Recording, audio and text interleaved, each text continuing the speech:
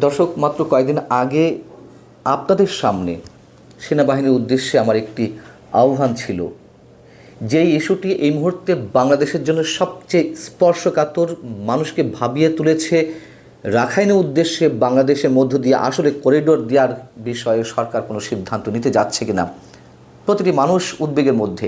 সেই জায়গা থেকে আহ্বান জানিয়েছিলাম সেনাবাহিনী যেন তার অবস্থানটি পরিষ্কার করে। সেনাপ্রধান জেনারেল ওয়াকারুজ্জামান যেন সেনাবাহিনীর পক্ষ থেকে তারা কি চায় সেই জিনিসটি মানুষের সামনে যেন তুলে ধরেন। যেহেতু যে বাহিনীর কাজ প্রতিরক্ষার, সেই প্রতিরক্ষাই যেন হুমকির মধ্যে না পড়ে, দেশের স্বাধীনতার সার্বভৌমত্ব যেন হুমকির মধ্যে না পড়ে, সেই জায়গা থেকে তো নিশ্চয়ই সেনাবাহিনী সিদ্ধান্ত নেবে। তারা তো আর কোনো ধরনের হঠকারী সিদ্ধান্ত নেবে না নিশ্চয়ই। এবং এই জায়গা থেকে আমি যতটুকু জানতে পেরেছি, সেনাপ্রধান জেনারেল ওয়াকারুজ্জামান তিনি নিজে এই ধরনের কোনো সিদ্ধান্তের বিরুদ্ধে। তবে সেনাবাহিনীর ঊর্ধ্বতন কর্মকর্তাদের, সিনিয়র অফিসারদের একটি অংশ চান না এটি যেন করা হয়। তাদের অনেক ধরনের যুক্তি থাকতে পারে, তাদের অনেক ধরনের চিন্তাভাবনা থাকতে পারে। তাদের মধ্যে যে একটা বিভক্তি সৃষ্টি হয়েছে, আমি সেই শব্দটি উচ্চারণ করতে চাই না, বিভক্তি শব্দটা। তবে মতবিরোধের সৃষ্টি হয়েছে। অনেকের ধারণা, অনেকে বলতে চান যে সেখানে সেনাবাহিনী সরব উপস্থিত থাকলে সীমান্ত পাহারায় আরও জোরদার করা যাবে, এই ধরনের কিছু যুক্তি থাকতে পারে। কিন্তু আমি এ প্রশ্নও তুলেছিলাম এই আহ্বান জানানোর আগে, সেনাবাহিনীর অবস্থানটি তারা যেন জানায়, এই আহ্বান জানানোর আগে এই প্রশ্ন তুলেছিলাম আমাদের এখন যিনি বা সরকারের যিনি জাতীয় নিরাপত্তা উপদেষ্টা ডক্টর খলিলুর রহমান, তাকে কি কারণে, কি উদ্দেশ্যে এই পদে বসানো হলো। তিনি তো ছিলেন রোহিঙ্গা বিষয়ক অগ্রাধিকার সম্পর্কিত বিশেষ দূত। কেন তাকে জাতীয় নিরাপত্তা উপদেষ্টা দেওয়া হলো, করা হলো যুক্তরাষ্ট্রের পাসপোর্ট হোল্ড করা সত্ত্বেও? এবং প্রশ্ন তুলেছিলাম যে এই ধরনের পদে নিয়োগ দেওয়ার আগে সেনাপ্রধানের সঙ্গে আলোচনা করতেই হবে এমন কোনো কথা নেই, কিন্তু এই মুহূর্তে তো সেনাবাহিনী একটি ভাইটাল রোলে রয়েছে এবং সেনাপ্রধানের একটা গুরুত্বপূর্ণ ভূমিকা অন্তত বাংলাদেশের গণতান্ত্রিক প্রক্রিয়া উত্তরণের ক্ষেত্রে রয়েছে। তিনি নিজেও 5 আগস্ট সবার উদ্দেশ্যে বলেছিলেন, জাতির উদ্দেশ্যে বলেছিলেন যে তার উপরে যেন বাংলাদেশের মানুষ আস্থা রাখেন। এবং নিঃসন্দেহে বাংলাদেশের আগামী যে নির্বাচন, সেখানে সেনাবাহিনীর একটি মুখ্য ভূমিকা থাকবে। সেই জায়গা থেকে আমি বলেছিলাম যে তার সঙ্গে কোনো আলোচনা করা হয়েছে কিনা। যেহেতু তিনি তখন রাশিয়া সফরে ছিলেন, সেই সফর চলাকালীন সময়ে কেন ডক্টর খলিলুর রহমানকে উপদেষ্টা পদে নিয়োগ দেওয়া হলো, সে প্রশ্নটিও তুলেছিলাম। যতটুকু জানতে পেরেছি, ডক্টর খলিলুর রহমান জাতীয় নিরাপত্তা উপদেষ্টা হওয়াতে খুব স্বাভাবিকভাবেই প্রতিরক্ষা বাহিনীতে বা সেনাবাহিনীতে তার একটি প্রভাব এরই মধ্যে পড়ার কথা। এবং সে কারণেই কিছু ঊর্ধ্বতন কর্মকর্তা তারা চাইছেন যে করিডোরটি দেওয়া হোক। এর শতভাগ সত্য তো আমি জানি না, আমি যতটুকু বিশ্বস্ত সূত্রে জানতে পেরেছি, যদিও ডক্টর খলিলুর রহমান মাত্র 2 দিন আগে জানিয়েছেন যে উত্তেজনা, যে উদ্বেগ বাংলাদেশের মানুষের মধ্যে দেখা দিয়েছে, রাখাইনের উদ্দেশ্যে বাংলাদেশ করিডোর দেওয়ার সিদ্ধান্ত নিয়েছে এমন কিছু নয়, এমন কোনো চূড়ান্ত আলোচনা কারোর সঙ্গে হয়নি, এটি প্রাথমিক আলোচনা পর্বে রয়েছে। তিনি এই কথা একটি অনুষ্ঠানে ব্যক্ত করলেও মানুষ তার উপরে আস্থা রাখতে পারছে না, না রাখারও যথেষ্ট যৌক্তিকতা রয়েছে। এর আগে আমরা শুনলাম যে বিমস্টেক সম্মেলনে সে দেশের পররাষ্ট্রমন্ত্রী জানিয়েছেন যে 1,80,000 রোহিঙ্গা ফেরত নেওয়া হবে প্রথম লটে। এটা যে একেবারে মানুষকে বুঝ দেওয়ার মতো একটা কথা, মানে একটা বিষয়, এটি ব্যাখ্যা না করলেও চলে। তার কারণ গত এক বছরেই শুধুমাত্র ঢুকে পড়েছে কক্সবাজারে 1,18,000 রোহিঙ্গা, আর 1,18,000 রোহিঙ্গার নিবন্ধনই কেবল হয়েছে।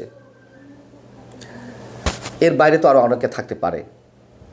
যদিও সরকারের কারো কারো পক্ষ থেকে কোনো কোনো পক্ষ থেকে দাবি করা হচ্ছে না, গণমাধ্যমে যেভাবে আসছে, গণমাধ্যমে যেভাবে ছড়ানো হচ্ছে, সামাজিক যোগাযোগের মাধ্যমে যা দাবি করা হচ্ছে সেগুলো আসলে ঠিক নয়। রোহিঙ্গা ঢুকেছে ঠিকই, এত পরিমাণ নয়, কিন্তু সেখানে দায়িত্বরত কর্মকর্তারাই তো গণমাধ্যমকে জানিয়েছেন যে এই 1 বছরে 1,18,000 রোহিঙ্গা নতুন করে কক্সবাজারে প্রবেশ করেছে। এখন নতুন করে রোহিঙ্গা প্রবেশের ক্ষেত্রে অনুপ্রবেশ বাড়ার পিছনে কী কারণ? আরসা অর্থাৎ আরাকান রোহিঙ্গা সালভেশন আর্মি আর আরাকান আর্মির মধ্যে যেই দ্বন্দ্ব, যে সংঘর্ষ সেখানে চলছে, সেখানে ক্রস ফায়ারে পড়ে নির্যাতনের শিকার হয়ে এই মানুষগুলো বাংলাদেশের দিকে ছুটে আসছে। এখন আবার শোনা যাচ্ছে যে এটাও আগে আপনাদেরকে জানিয়েছি যে আরসাকে মার্জ করাতে চায় আরাকান আর্মির সঙ্গে, যাতে তারা একসাথে মিয়ানমার সামরিক বাহিনীর সঙ্গে যুদ্ধ করে মিয়ানমারের নিয়ন্ত্রণ তারা নিয়ে নিতে পারে। এবং এর পেছনে উদ্দেশ্য যুক্তরাষ্ট্র, এগুলো নতুন করে কিছু বলা নেই, এই কদিন ধরে আমরা বলে আসছি। কথা হচ্ছে যে এটি যদি হয় কোনোভাবে, এটি সম্ভব চীনের পক্ষে মেনে নেওয়া, রাশিয়ার পক্ষে মেনে নেওয়া, ভারতের পক্ষে মেনে নেওয়া। আর আরাকান আর্মি এবং আরসা যে একসাথে মার্চ করে মিয়ানমার সামরিক বাহিনীর বিরুদ্ধে যুদ্ধ করবে, সেটিরও তো কোনো প্রশ্ন ওঠে না। এবং এক্ষেত্রে সৌদি আরবও এগুলোকে সমর্থন করবে না, কারণ সৌদি আরব সেটার দেয় আরসাকে। আর ঐতিহাসিকভাবে আরসা এবং আরাকান আর্মি মুখোমুখি অবস্থানে সবসময়। আরসা মুসলমানদের মধ্য থেকে গড়ে ওঠা সশস্ত্র সংগঠন, আর আরাকান আর্মি তো আমরা সবাই জানি যে বুদ্ধিস্টদের মধ্য থেকে গড়ে ওঠা সশস্ত্র সংগঠন। এটি করতে গেলে তো বা যে কোনো রাষ্ট্রের মধ্যে থেকে করিডোরটা দেওয়া যদি লাগে অন্য কোনো রাষ্ট্রে বা বিশেষ পক্ষের উদ্দেশ্যে, সেখানে তো কয়েকটি পক্ষের সম্মতি প্রয়োজন, অন্তত এই ক্ষেত্রে 4টি পক্ষের সমর্থন প্রয়োজন। একটা হচ্ছে বাংলাদেশ তো আছেই, জাতিসংঘের সমর্থন প্রয়োজন, জাতিসংঘও আছে, যুক্তরাষ্ট্রের পক্ষে খেলা করছে, মিয়ানমার সামরিক বাহিনী বা মিয়ানমার সরকারের সমর্থন প্রয়োজন, আর আরাকান আর্মি। এইখানে হয়তো 3টি পক্ষ একসাথে আছে, আরাকান আর্মি, বাংলাদেশ এবং জাতিসংঘ, যুক্তরাষ্ট্র পেছন থেকে আছে। কিন্তু আর যাদের কথা বললাম তারা কি কোনোভাবেই সম্ভব তাদের পক্ষে মেনে নেওয়া? চীন, রাশিয়া, ভারত। এবং এর সঙ্গে আরও একটি কথা জানিয়ে রেখে, অবশ্যই জাতিসংঘের রেজলিউশনের বিষয়টি আনতে হবে, সিদ্ধান্ত নিতে হবে। সেই রেজলিউশন নেওয়াও সম্ভব, গ্রহণ করা সম্ভব। সেখানে চীন ভেটো দেবে না, রাশিয়া ভেটো দেবে না, প্রত্যেকের তো যার যার স্বার্থ রয়েছে মিয়ানমারে। শুধু একা যুক্তরাষ্ট্র ক্যাপচার করে নেবে, নিয়ন্ত্রণ নিয়ে নেবে, আর সবাই বসে বসে আঙুল চুষবে, প্রশ্নই ওঠে না। তাহলে কোন জায়গা থেকে আমাদের সরকার এটি নিয়ে ভাবনার সময়ও পায়, আলোচনা করার সুযোগ পায়? কী উদ্দেশ্যে? এজেন্ডাটা কী? এজেন্ডা তো আমরা এর মধ্যে আলোচনা করেছি অনেক কিছুই, কিন্তু তারপরও এইগুলোকে ইস্যু করে কেন মানুষকে উদ্বেগের মধ্যে রাখা হবে? সেই জায়গা থেকে আমার আহ্বান ছিল সেনাবাহিনীর প্রতি, যেন তারা তাদের অবস্থানটি জানায়। এবং অবশ্যই সেনাপ্রধান, যেহেতু তার কাঁধেও অনেক দায়িত্ব, রাষ্ট্র মেরামতের দায়িত্বে যে শুধুমাত্র রাজনৈতিক দলগুলো, নিশ্চয়ই তা নয়। এবং বিশেষ করে 5 আগস্টের পরে সেনাবাহিনীর একটা প্রধান ভূমিকা তো রয়েছেই, সেটা তো আমাদের স্বীকার করতেই হবে।